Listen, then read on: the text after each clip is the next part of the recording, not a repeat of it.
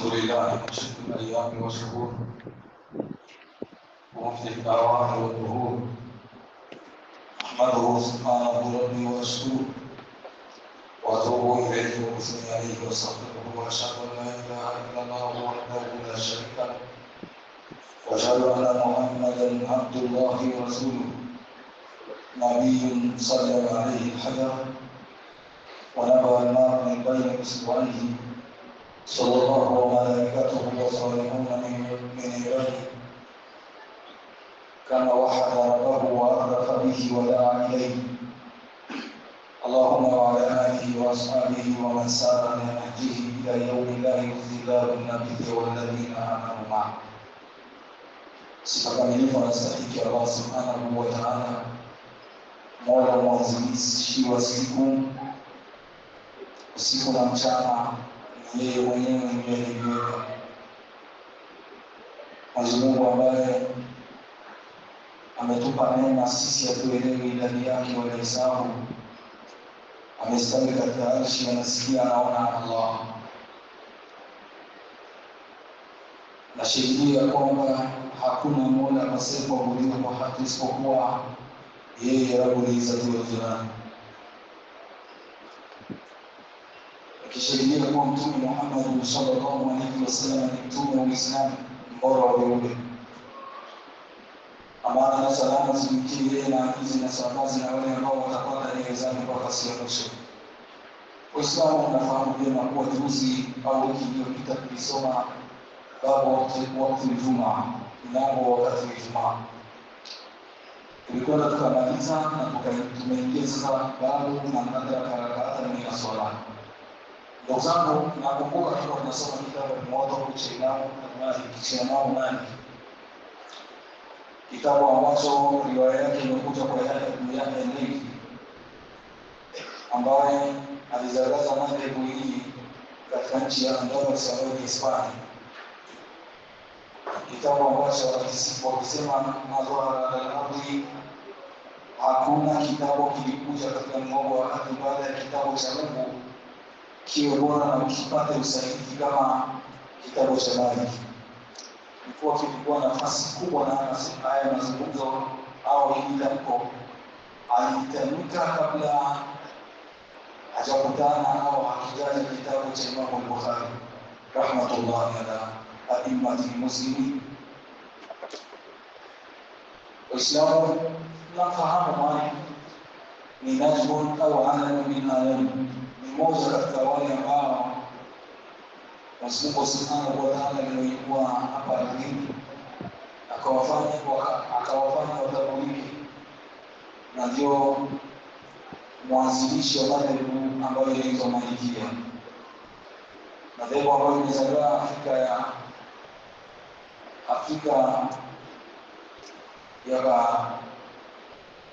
ya kule magharibi, na ikawa imekita kwelikweli, nikapata wanaoitetea. Na Imam Malik kusoma historia yake, alizaliwa mwaka wa 93 Kiislamu. Alifanya mengi na masuala ya fiqh ndani ya sheria, akawa ametatua mengi ndani ya hii sheria ya fiqh. Kwa hiyo akapokea hadithi inatoka kwa Yahya al-Malik. Yahya al-Malik, Yahya ni mwanafunzi wa Malik, na mnafahamu vyema ukitaka kupata ibada ambayo haitapatikana duniani wewe somesha, kwa sababu utakayemsomesha na yeye atasomesha. Hivyo hawezi kuishi bila kupata thawabu. Wa anta tafihu fi batni al-ardi, ni hadi wewe umeshazikwa katika tumbo la ardhi. Waislamu, Imam Malik anasema anaamuru Yahya al-Mazini kutoka kwa mtoto wa Yahya al-Mazini, an Abi Salim kutoka kwa Abi Salim. Hawa wote ni wasomi wa dini ya Kiislamu. Islam madama tunasoma walimwengu na marais na waliofanya vibaya duniani waliofanya vizuri, bado kuna watu walioua watu duniani akawachinja kwa hiyo ndio hapa duniani. Kuna watu walifanya mambo ya ajabu kama masomo kwa kusisoni hao ambao ni wasomi wakubwa wanafanya mengi mazuri katika ulimwengu. Ana Uthman bin Affan kutoka kwa Uthman, hakika Uthman bin Affan. Uislamu Uthman bin Affan kiongozi wa Uislamu wa tatu. Baada ya utume palikuja ukhalifa na utume ulichukua miaka 10 miaka mingapi? Miaka 25 ndio utume ulichukua. Lakini utume Muhammad sallallahu alaihi wasallam alipata utume kwa miaka 63. Na yeye mwenyewe alisema khilafa tukuwa baki 30 ukhalifa wa utume baada ya mimi kuwa nimeondoka utachukua miaka 30. Kisha mtume akasema tumako mkuu. Kisha ufalme utakuja. Uthman bin Affan ni mke wa Mtume Muhammad sallallahu alaihi wasallam, alioa mabinti wawili. Alimoa wa kwanza akafa, akamoa pili akafa.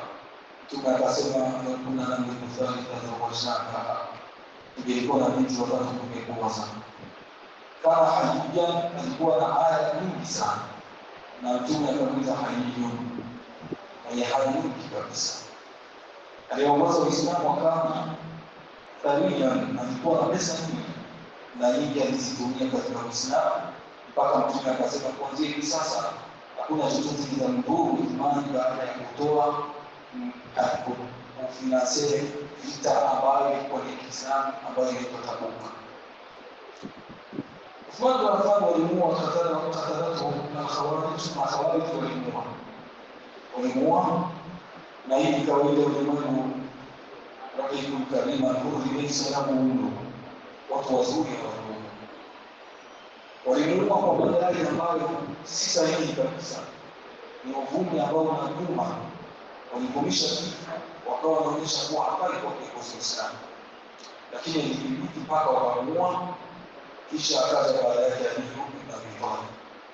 Anna Rasulullah sallallahu alaihi wasallam Uthman akamwambia hakika Mtume Muhammad sallallahu alaihi wasallam, yale Mtume wa Allah ambaye Mtume Muhammad sallallahu alaihi wasallam akala alisema kauli ya Mtume inakuwa kwa sheria. Anapozungumza Mtume ni sheria. Na baada ya swala atakayediriki rakaa moja katika swala fakad adraka swala, amediriki swala. Atakayediriki rakaa moja katika swala basi amediriki swala. Hapa inalengwa ni swala au inalengwa ni jamaa? Jamaa.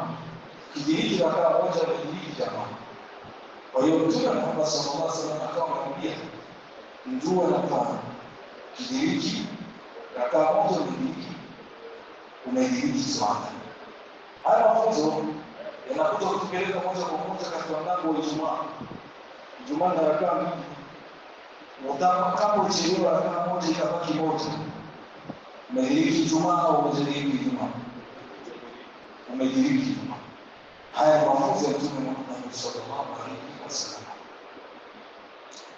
Kisha mali hiyo kutoka mwanamke anasema ana Abdullah ibn Umar ibn Khattab, kutoka kwa mtoto wa Abdullah mtoto wa Umar ibn Khattab. Abdullah Madina palikuwa Abdullah wana na wote Mtume alisema chukueni mimi kwa kwa kijana walikuwa wadogo. Abdullah ibn Umar, Abdullah ibn Zubayr, Abdullah ibn Abbas na Abdullah ibn Umar. Hao walikuwa wale vijana ambao walichukua umri wao kabla wanaanza kumfitara elimu. Walichukua umri wao kwa kakabisi elimu. Walisoma vingi mpaka Mtume akawasifu, wakawa wanaitwa Abdullah wa Abdullah wane. Anasema mtoto Abdullah mtoto wa Umar. Umar bin Khattab ni kiongozi wa dini ya Uislamu. Na aliongoza Uislamu 10 sanawati au 10 sinini sakata. Miaka 10 kwa anaongoza Uislamu. Alikutana na mengi, alifungua nchi nyingi, na ndio sababu nchi nyingi kwa kupata Uislamu. Kwa sababu aliingia kule Persia akafungua, akawapiga Warumi. Umar bin Khattab ana mengi alifanya kiongozi wa Uislamu. Yeye ndio alichukua nchi zote za Wapersia. Yeye ndio alizigeuza zile za Uislamu. Ndio maana hawataki hata mara moja Umar ibn Khattab. Zamani palikuwa dola hizi zinaongoza ulimwengu, dola ya Kayasura na dola ya Akasia. Nchi ya Kirumi na nchi ya hizi ndio zilikuwa zinaongoza ulimwengu kwa nguvu. Na zilikuwa zinashindana, zinapigana kwa kutafuta nchi ziwe chini yake, yaani zipate wa kutawala. Ndio zilikuwa zinafanya. Na Mungu alimkuja wale katika Qur'ani, "Ilahi kulli wahdihum fi adla al-ardi wa hum ibadu ghayri muslimin." Anasema Islamu Roma imeshindwa, Warumi ndio Makaisari, Misri Kaisari, Kaisari au Kaisari ndio Warumi. Walikuwa na dini ya kinazona, wao walikuwa wanaitwa Yesu ni Mungu, na vya vyote vyao walikuwa wakiapa wanamwambia Yesu. Tunapozungumza hiyo Uislamu kuna masuala yanayokuja kufanana na hii. Madhara walikuwa kiri kuwa Yesu ni Mungu, na wanakiri hayo, na wakawa wameolewa na Waislamu wakaweka katika zao, kwa sababu hakuna mwanamke wa Kiislamu anaruhusiwa kuolewa na sio Muislamu. Lakini Mnaswara na Myahudi anaweza kuolewa na Muislamu. Hapa msikie kwa nini? Imani. Kwa nini sisi tunaoa alafu watabaji kwa wao? Naam. Kwa baadhi ya vitu vinakuwa kisheria kwa Mungu. Kama kwa mfano kama ni soko la Mungu, maji kuna zile mambo kuna muda mrefu. Na shukrani. Mwingine. Na kwa sababu sisi ni kweli. Na hiyo kwa sababu ndio tunatoa. Sikilizeni sana. Sisi tunaoa kwao, lakini wao hawaruhusi kuoa. Kwa sababu sisi tunawaamini viongozi wao, lakini wao hawaamini viongozi wao. Sisi tunamwamini Yesu kuwa ni mtume wa Mungu. Na Muislamu anasema kuwa Yesu sio mtume wa Mungu. Sema hivyo na Uislamu unaopoteza. Sio. Lakini na wao wakubali kwamba habari ya mtume wa Mungu, hawezi kukubali. Ndio maana sisi tunaruhusiwa kuoa. Na watazamaji wanajiuliza vipi? Wakati sisi sisi tunamwamini Musa ambao maandiko ndio anaona kwa ni mtume wao. Na Yesu anasema kwa lakini wao hawamwamini Muhammad. Wamwamini kisha wanakuwa. Wamwamini Muhammad. Wanakuwa Muislamu. Sasa wanadoa bali. Kwa ndugu zangu Waislamu, hawa Makaisari walikuwa wanaongoza majina ya wafalme. Naona zamani hapa kwetu Burundi majina ya wafalme walikuwa wanaitwa sawa. Ndio hivyo. Ndio wakina walikuwa wanatoka mimi wanaongoza nchi hapo kabla ya kuwa republiki. Kwa hiyo kila nchi au wafalme wa kila nchi wana majina yao. Waishi wanaitwa Farao ndio kila mfalme aliyopita Egypt alikuwa anaitwa Farao. Alikuwa anaitwa Farao. Ndio maana Farao si jina la mtu. Jina la yule mtu. Umeelewa vizuri? Walikuwa wanaitwa Farao. Kisha wafalme wa Yemen walikuwa wanaitwa Zul. Walikuwa wanaitwa Zul. أين الملوك الرجال اليمني وأين منهم أخراجهم والرجال وقوة الفهم والعلم ambao walikuwa wanabeba taji, wanabeba zile taji ambazo wanavikwa katika vichwa vyao. Wako wapi? Na viko wapi vile ambavyo walikuwa wakivishwa? Wafalme wa Saudi walitoka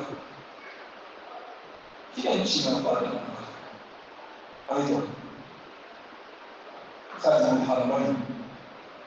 Wafalme wa Saudi wanaitwa Khazin al-Haramain. Viongozi wa Iran wanaitwa Ayatollah.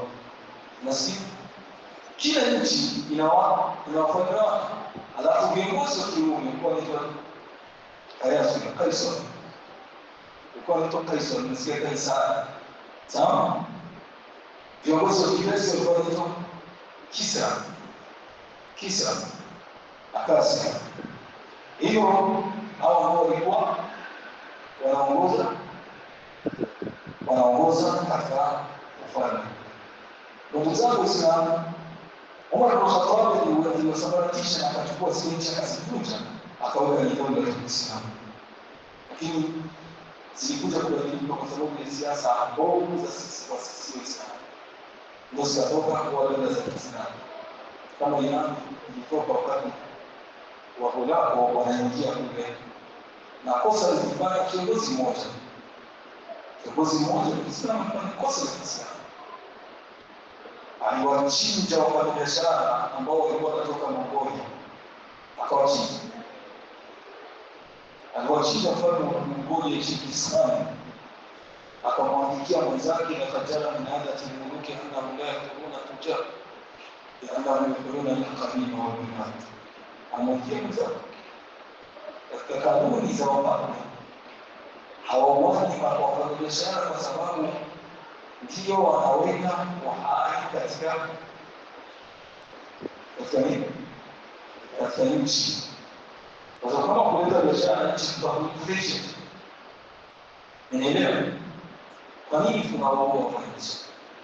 Nao yaliyoleta barua mfalme wa Kiislamu Shauri Shah ndio imewao na kama alikuwa Kiislamu kwa chini ya dola Abbasi. Hapo mfalme wa Mongolia alikuwa jeshi lake wa kwanza alikuwa yuko Iraq, wa mwisho alikuwa yuko Mongolia. Kwa hiyo waliua Waislamu wengi sana, na ndio tukaanza kupoteza nguvu. Hawa wafalme nchi ikabadilika, wakatokea dola ya Kishia, dola ya Kishia, dola ya Kishia. Kwa ndugu zangu Waislamu, Umar aliziacha ziko ndani ya dola ya Kiislamu, lakini mambo yetu sisi ndio yaliyotokea kuzipoteza hizo dola. Kwa hiyo mtoto wa Umar anaitwa Abdullah, ambaye ndio aliongoza swala siku saba baada ya kudungwa mkuki au wabani kwenye tumbo. Kisha akawa anaongoza Ahlus-Shura, wale watu sita waliochaguliwa na Umar kuongoza Waislamu. Kana kulu alikuwa akisema idha fataka raka sajda, raka ikikupita na sijda inakuwepo. Na yeye anasema raka ikikupita usihesabu chochote, usihesabu chochote. Na raka ruku ikikupita na sijda yake haipotei. Yaani huwezi ukahesabu rakaa kwa kudiriki sijda, unahesabu rakaa kwa kudiriki ruku. Umeelewa vizuri hapo? Kwa hiyo amesema hivyo Umar bin Khattab. Ibn Malik akasema annahu balaghahu anna Abdullah ibn Umar wa Zaid ibn Thabit, zilifikia habari ya Abdullah ibn Umar na Zaid ibn Thabit, hawa ni wawili ambao walikuwa na elimu kubwa sana. Zaid ibn Thabit ni mmoja katika walioandika wahi Qur'an, najua ilikuwa inaandikwa kwenye ngozi na kitu sana. Walikuwa wote watapata bahati ya kukusanya kwa watu wote nafasi moja. Yeye ndio aliandika mwenyewe kwa kuonyesha na Umar bin Khattab. Kana ya Qur'an ilikuwa nasema hapo, man adraka raka faqad adraka sajda, atakayediriki rukuu basi na yeye amediriki. Ina maana sijida ni sahihi katika raka kama kudiriki rukuu. Sio maana kama wanafanyika wala. Umeelewa? Sijida haisabiki kwenye raka kama kudiriki rukuu. Ina maana rukuu ndio inakupa raka. Rukuu ndio inakupa raka. Hivyo amesema Yahya al-Maliki annahu balagha anna Aba Hurairah kana zilifikia habari Maliki ya kwamba Abu Hurairah katika masahaba wa Mtume Muhammad sallallahu alaihi wasallam alisimulia hadithi sana. Man adraka raka faqad adraka sajda, atakayediriki rukuu atakuwa amediriki sijda. Atakuwa amediriki sijda ya raka. Wa man fatatu qira'atul Qur'an faqad fatahu khairun kathir. Na yule ambaye atakuwa akikosa kusikia alhamdu, basi alikuwa amekitwa na mambo mengi. Nini napata problem? Alhamdu isikupiti kwenye swala. Ikikupita kheri nyingi, lakini rukuu ikikupita unakuwa tena na rakati inakuwa hivyo. Ni majibu ya wale ambao wanasema kwa nini tunaamua hatujasoma alhamdu. Wao wanasema kwa nini unaanza kwanza kusoma alhamdu kimaliza ndo urukuu, lakini ukupeni raka inakuwa raka kwa kudiriki huko. Hivyo ndivyo utaratibu ndani ya dini ya Mungu Subhanahu wa Ta'ala. Kisha Uislamu, mlango mpya, babu majaa kiduruki shamsi wa ghasaqi al-layl, mlango wa swala ya mchana na swala ya usiku. Duruki shamsi ni nyakati, siku ya nyakati. Siku ya nyakati ni zile nyakati zina majina. Hizo nyakati zina majina. Wakawa wamesema kutoka kwa Yahya Malik Nafi. Nafi maula wa ni mtu ambaye alielewa kwa Abdullah ambaye ni mtoto wa Umar bin Khattab. Anasema ana Abdullah ibn Umar, hakika Abdullah ibn Umar kana yakula kwa kusema duluki shamsi mwiko. Duluki shamsi ni kumili kwake.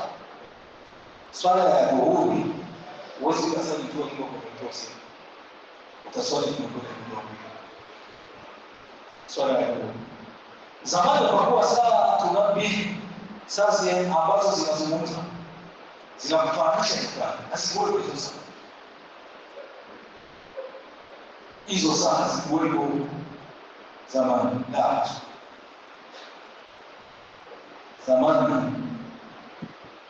zamani walikuwa wakitumia kifupi, ndo muda ambao ulikuwepo anataka kwa hiyo wakati.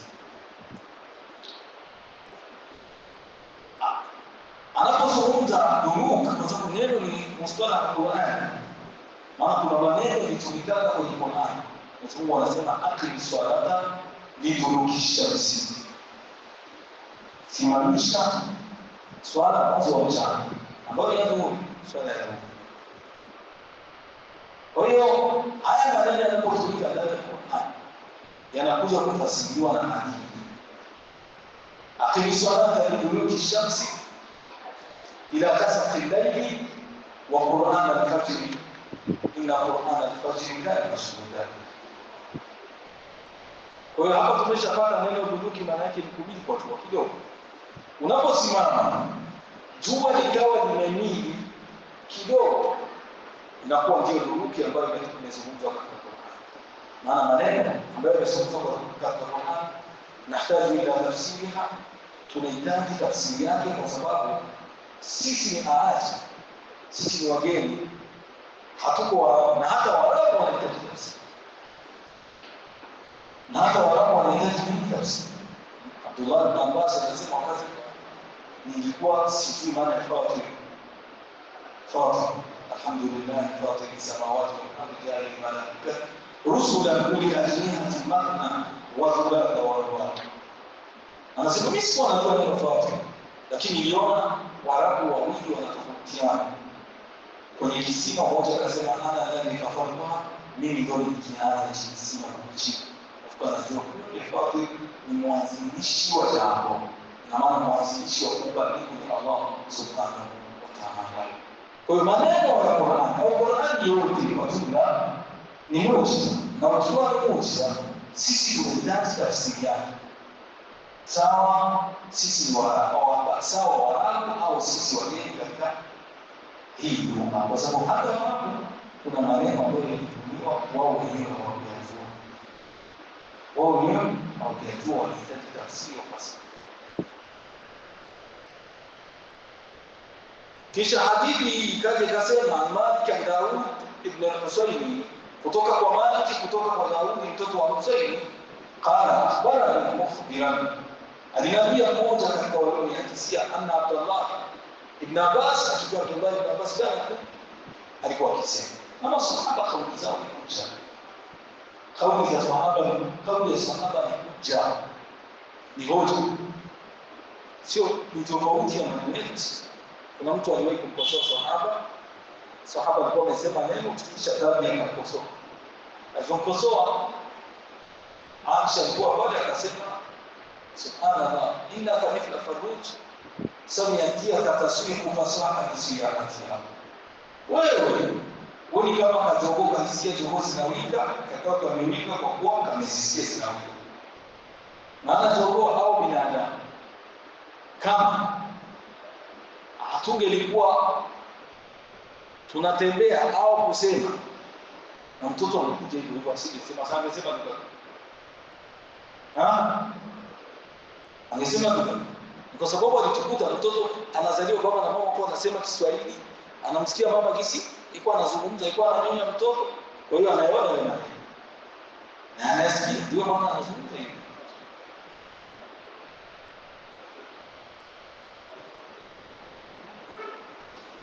Jana kazungumza ya kwamba idhafa al-faidu duluki shamsi, idhafa al-faidu yani duluku, ilo neno duluku maana yake ni kumili kwa jua linapomili wakati wa dhuhuri unaingia na likizidi sana na wakati wa asili. Na hasa filaini ni ijtimau layli wa dhulmati, kukusanyika kwa usiku na giza lake, ndio hasa kwa usiku na giza lake. Kwa hiyo ndugu zangu Waislamu, kuna watu wanakataa si hatutafuturu mpaka hasa ni saa 6 usiku hapana. Wanakataa hawezi wakafuturu isipokuwa kwa usiku. Mashia ndio walisemaga watu kwa sababu hawakubali hadithi inasema idha shamsu minha huna ila huna faqad afṭara as-sā'im, jua likitoka kutazama huko basi wakati wa kufuturu umenena. Wao hadithi wanakubali aya pekee, na mtu akikataa hadithi ya kukubali aya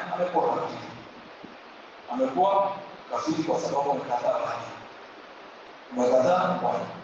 Na kwa sababu Qur'an ndio inazimisha ikawataka watu watumie hadithi wazala katika dhikra lizubaina linas, ni wakuteremshia Qur'an kuwafasiria habari. Babu Jamiul Uruz, mlango ambao unakusanya nyakati kutoka kwa Yahya, kutoka kwa Nabii. Huyu anasema hakika ana Rasulullah sallallahu alaihi wasallam alladhi tafutu salatu al-asr kama utiya ahlahu wa ma, mtu yoyote atakuta na swala ya asr basi ajue kama amepoteza mali zake na familia yake imekufa, ametenganishwa hiyo swala ya asr. Swala malaika wanabadilishana kwenye hiyo swala. Kwa ndugu zangu Islam, swala ya asr ni jambo katika Qur'an. Mwenyezi Mungu amesema hafidhu ala salawati wa salati al-wusta wa qumu lillahi qanitin. Jamani, ni deni na mfano swala zote, hasa swala ya asili wa qumu lillahi qanitin, msimama mbele ya Mwenyezi Mungu ni hadhimio kitendo swala ya asili. Alikuwa akisoma Aisha hiyo aya akisema hafidhu ala salawati wa salati al-wusta wa salatu al-asr wa qumu lillahi qanitin. Na hii swala katika swala zileta hukumu. Siku moja Mtume alisema baada ya Maghrib akasema swala na swala ya usiku wametushughulisha na kuswali swala ya kati ambayo ni swala ya usiku. Na hapa tutapata masala kufikiria tusharia. Masala ya kufikiria tuzu kuswali kuchelewesha swala uliyoipita kwa isari baada ya kuwa umeingia swala mpya. Iwe wakati mfano inajuzu kuswali Isha kisha wakati ukisema karibu baada ya Isha. Kama maneno mbalimbali katika kitabu cha Sima al-Alam cha Sheikh Abdurrahman al-Basri. Atoa reference sisi kwa ni kitu muhimu, kwa sababu watu wengi watu ambao walikuwa pamoja ya kuhusu mtu kuchelewa swala ya magharibi akakuta wako wanasali Isha. Hii ni msala na watu wengi wanapenda kuiuliza. Mtu akichelewa mahali akakuta wako wanaswali na isha hapa nje, ili sala zote zinaiulizaga sana ibada. Fatwa ambayo ziko kauli tatu. Kauli ya kwanza ni kuswali magharibi kisha ikifika rakaa ya tatu unafika unakaa na unafanya. Kisha unatoa salamu na muani kuletu. Ndio inakaa ile yenye kwa hiyo kwa kwanza. Sawa? Na hii kauli inagongana na kauli ya Mtume katika kabla ya imamu fakatibu, imamu kutoa takbira, kuelekea takbira, akisimama akisujudu. Wakati yeye atakuwa amesimama, wote wako pale. Nasikia vizuri. Na Mtume akasema imamu vile imamu amewekwa ili umfuate. Imamu kawaida anakuwa ili kwa nini? Tufanye kama imamu ameshakia ndani ya swala sana, kwanza anasujudu si dhambi. Kwani sisi tunakuwa tumeshakia. Tunamwona kwa mtu, kisha tunafanyaga na msubiriaga kwenye yuko au mnamfuataga nani? Kwa hiyo wakati sheria inasema imamu akirukuu usujudu. Sasa wakati umechelewa swala ya magharibi ukakuta yuko anasali na isha. Sawa? Ukakaa, unakuwa umefuata ile imamu.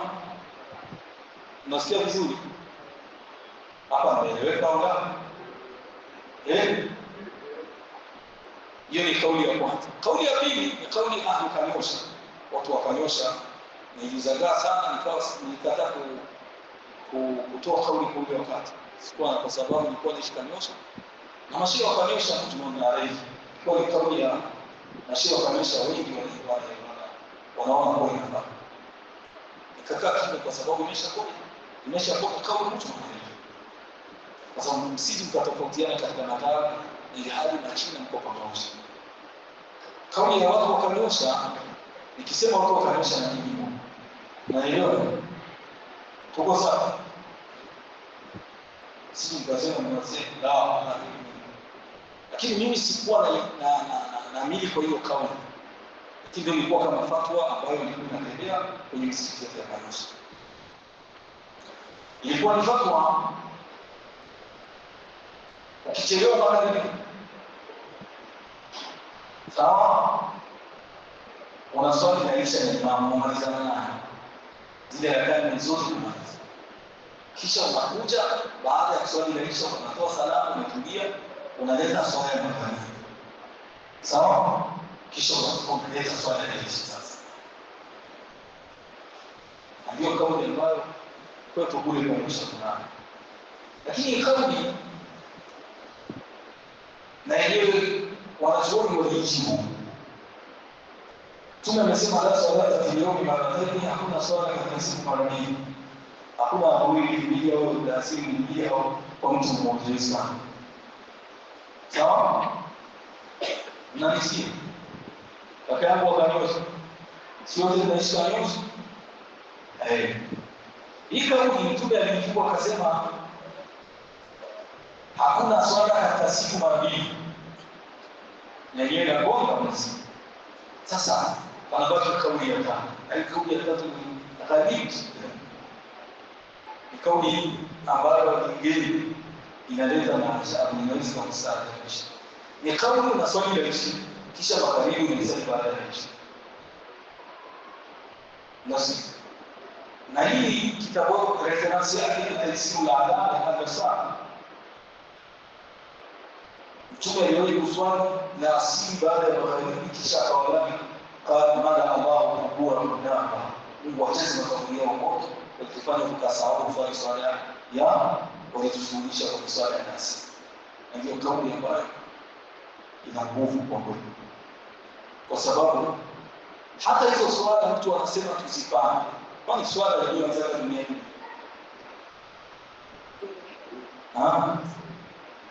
Swala ya kwanza. Kwa hiyo unapozungumza tupande swala, lazima utupe kwa hakika na uhalisia wa mambo. Swala ya kwanza ni anasema ndio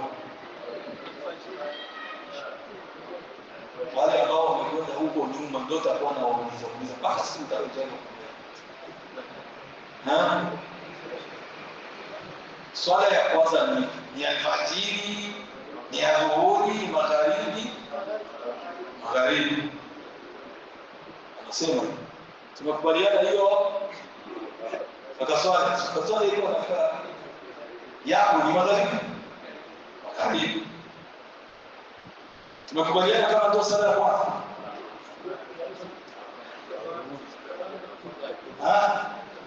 Alfajiri. Wafrika wanasema alfajiri. Atakubaliana. Ndio sina yao nasema adhuhuri. Mimi najua dalili. Na dalili ya wale ambao wanasema magharibi ni hivyo. Lakini alfajiri kwa siku. Dalili wanaotoa kuwa ni adhuhuri ni kwa sababu swala ya kwanza ilianza kusaliwa duniani kwa wakati mtume anapewa swala alizipewa hapa duniani au kule mbinguni. Alizipewa kisha akaja akasali Jibril kusalisha adhuhuri kisha akasalisha asiri kisha akasalisha magharibi kisha akasema huo wakati wa swala. Hii swala ya kwanza ni swala ni swala gani? Adhuhuri. Kwa hiyo swala ya kwanza kwa siku. Swala ya kwanza mnasikia vizuri. Ndio kama mfuate sheria. Sheria ni nzuri lakini inahitaji uwe makini sana. Wanaosema swala ya kwanza ni magharibi ni wanachukua kwa siku inaanza magharibi. Ndio hiyo ya Ali. Hiyo ndio na hiyo anayo hapa. Lakini hiyo pia inahitaji majibu sana. Na sio inahitaji majibu sana. Wanaosema ni magharibi wanasema kwa sababu siku inaanza magharibi. Sio hiyo kubwa. Lakini hiyo tunaomba sasa watujibu. Je, kama siku inaanza magharibi? Sawa, siku ya dalili kubwa inaanza siku. Siku ya Arafa siku kubwa duniani ni masaa mengi kuliko. Nasikia Arafa ndio siku kubwa inaisha alfajiri ya siku nyingine. Sio kama unaelewa. Arafa inaanzaga tarehe 8 ikiisha. Sinaisha magharibi panatoka kuingia tarehe 9. Tukisema magharibi tunaingia hapa, tunakwenda. Tunaswali, tunaisha, tunamaliza alfajiri, tunaswali adhuhuri ya siku ya Arafa adhuhuri. La asili ya Arafa, magharibi ya Arafa, isha ya Arafa, mpaka adhuhuri ya alfajiri ndio inaisha. Sasa mtonge. Swala ya kwanza ya siku hii.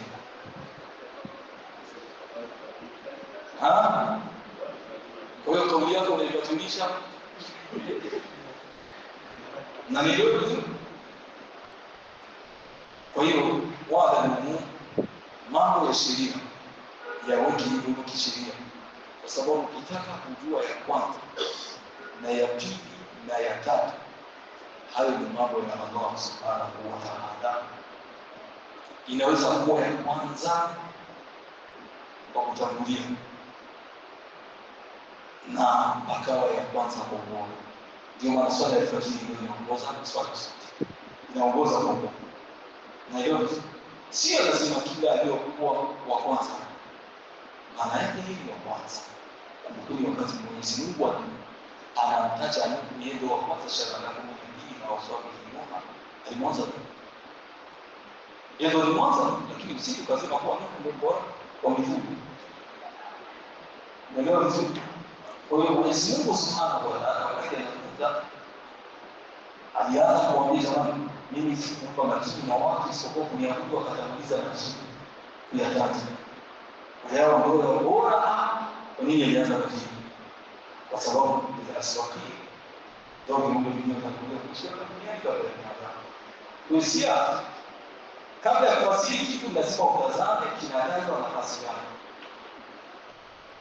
Ndugu zangu Waislamu, umma inaruhusu kuswali swala ya magharibi baada ya swala ya isha. Baada ya swala ya isha. Tuko sawa? Kwa nini? Kwa sababu zote ni swala mbili, zote ni swala za usiku, zote ni swala za usiku. Ama kutanguliana, kumbukeni na adhuhuri wewe kutangulia alfajiri wakati Jibril alisalisha tu maswala.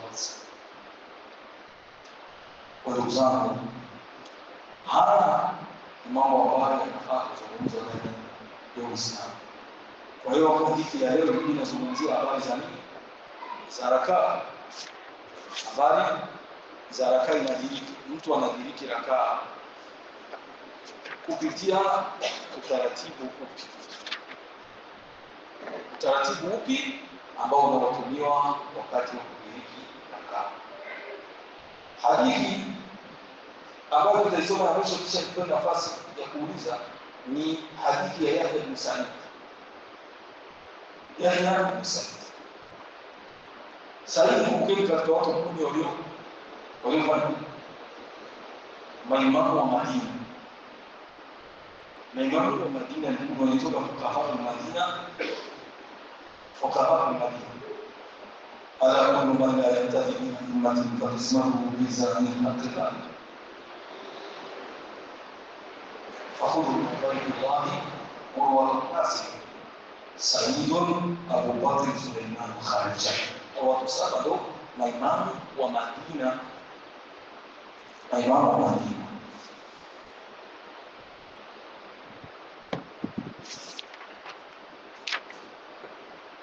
Akiona huyu Saidi yakadiriki, alidiriki akisema kwamba Mtume Muhammad sallallahu alaihi wasallam sarafa al-asr fala insarafa min salati al-asr fala khayra illa min shahri al-asr. Umar bin Khattab toka kwa swala ya asr akakuta mtu akiswali swala ya asr hakudiriki swala ya asr fakala ma hadasa salati al-asr kisha kwa swala ya asr kwa kuzidi na fadhakara lahu rajul mufram, akasema huyu jamaa akamwambia kwa huko fakara Umar tafafa, yani mzani wako kwa roho au kwa saa au kwa nia au kwa nini, yani kwa sababu swala ya asili kuna malaika au malaika ambao wanadhibiti swala ya asili hapa mtu tena anakuja wapia. Kama amesema katika habari ni malaika wanabadilishana, wanabadilisha swala ya asili kwa Taala aktabiri hapa kwa mtu wa asili. Ni swala kama kuna kwa ni swala ya Allah.